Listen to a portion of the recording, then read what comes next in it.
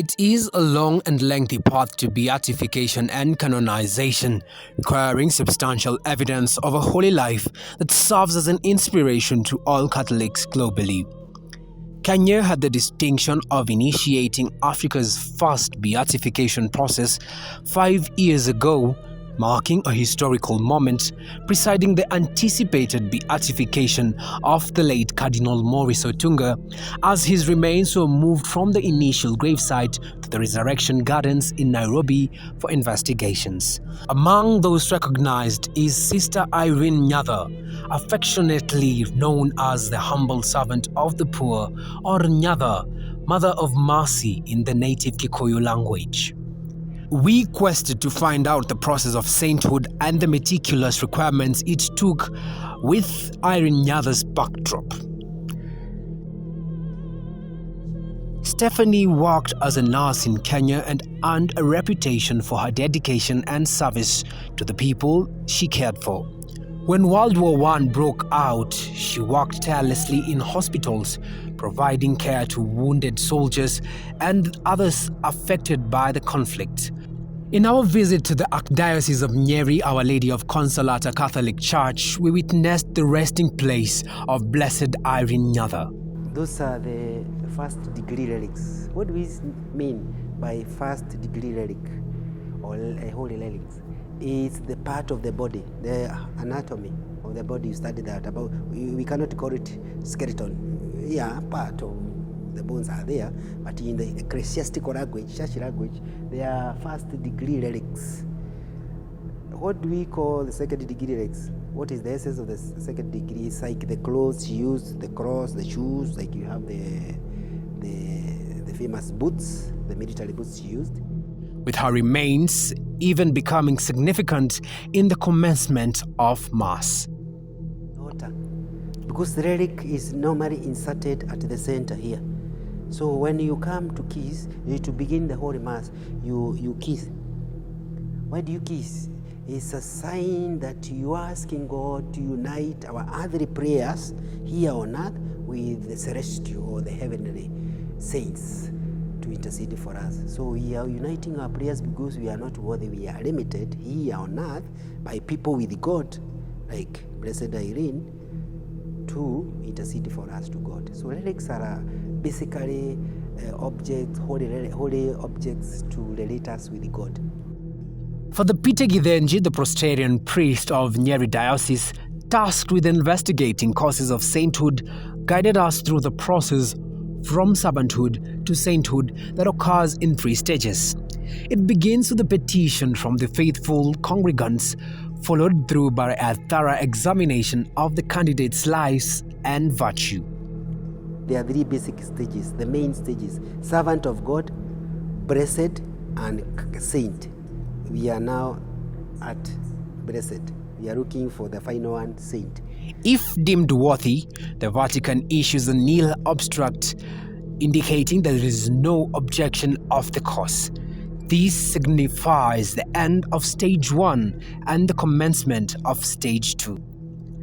Sister Irene's course of beatification commenced in 1985 under Pope John Paul II, and Stephanie was declared a servant of God.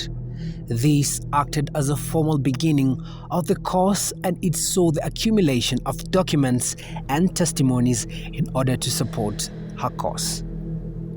And this was actually received positively by the congregation in Rome. We call it the Course of Saints Congregation in the Vatican. It's a dicastery. A dicastery in layman's language is a ministry, a department in the church that looks to sainthood or looks to the candidates or hands for the process of people becoming saints. And it was received by the congregation that involves looking at the virtues registered, the case registered, theological virtues involved, historical aspects involved, and the life of this candidate. And after years of meticulous investigation from Vatican City and a confirmation of a miracle attributed to her intercession in Mozambique, 2014, a miracle happened. A miracle happened in Mozambique, a diocese of Rishinga, in a place called Nipepe. and people were closed in a church because of civil strife, like the one we experienced here in 2007, post-election violence. It was a similar case that happened, and people were being killed. That one tribe was against the other one because you voted this, I didn't vote for this. So there was that kind of disaster. And people, a tribe that was being eliminated because they were in favor of the person who had been voted. People never wanted him from a certain tribe, became, a very, very war-torn experience. And these people escaped and were hidden in one of the churches, like the one we know what happened in Eldoret, in our situation here in Kenya. And we pray never again in this life. We pray through the grace of God that such things never to happen. So these circumstances, these people were closed in the church, they didn't have water. And Mozambique is just like Mombasa, our town. It's on a coastal line. And the temperatures there range and very high, and there is a lot of humidity. So without water, you can go to extremes, even suffocating, and even starving, and even getting dehydrated and lack such medical or process. You become deficient in oxygen. So they were there for 3 days. And the third day they were shouting, crying, some were collapsing, and there was an expectant lady there. So it happened, one priest, Consolata priest, Father Felice, was taking some biscuits to these Christians and asked them to pray through the intercession of Blessed Irene Stephanie. And they prayed, and a miracle happened. What was the miracle? The miracle was multiplication of water in something that we call baptismal font. It's a kind of a truck where we have some hollow shape. We have a sort of a container that we put water for baptism. There was a very little water there, and it was awesome, it was scaring, or it was mysterious to go and touch, because it was used for holy sacraments, giving baptisms. And when they prayed, please intercede for us, Blessed Irene, behold, became a miracle. The thing started overflowing with water. And this was reported, and some people were sent to do the research. Was it natural? Was it somebody had connected the tap? So geologists, those with the degrees and high studies of aqua studies, and many other physicists went there to do the research, including the faith-based people, the theologians, the whatever.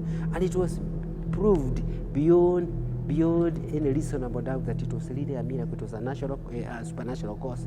So somebody may have interceded. So through the prayers of Blessed Irene, God heard the cry of these poor people, these suffering people, these people dying, lack of water. And so it was recognized as a miracle in 2014 by Pope Francis. And the miracle took Irene another step, the second step now. And it happened, the beatification was done in Kenya. And the first one of its kind. Many beatifications had been done earlier for those existing saints already in the canons. But this was the first one, because the decree had been made that is good, a candidate is beatified in a place where she lived, worked, and died, where people know much about the candidate. So it happened, it was done here in Kenya, in Nyeri. So it became in the world map. It was done by Pope through a delegate he sent, known as Cardinal Polycarp Pengo from Tanzania. So he's the one who represents the Pope, because normally these stages are given by Pope himself. He writes the letter, signs the first stage, servant of God. The second, he does the beatification. If he's not available, sends his delegate. So the third step, what we are waiting for, that's why we are waiting for another miracle also. That's why we have the relics here of Blessed Irene Stephanie. Second step, one step towards sainthood, is canonization. So many miracles have been reported right now, but we only call them presumed miracles. Until it is proved beyond any reasonable doubt, it's a communication. Why do we use miracles? It's a special communication from God that the person we are doing the cause, or the person we are praying to become a saint, is with God. Now that we cannot use the modern methods of calling or sending somebody to God, because it's a mysterious or a mighty. So we use miracles. Miracles are the supernatural communications, and the person we are talking about is already with God. And we hope and we pray Nyada is with God, and we are waiting for the final communication.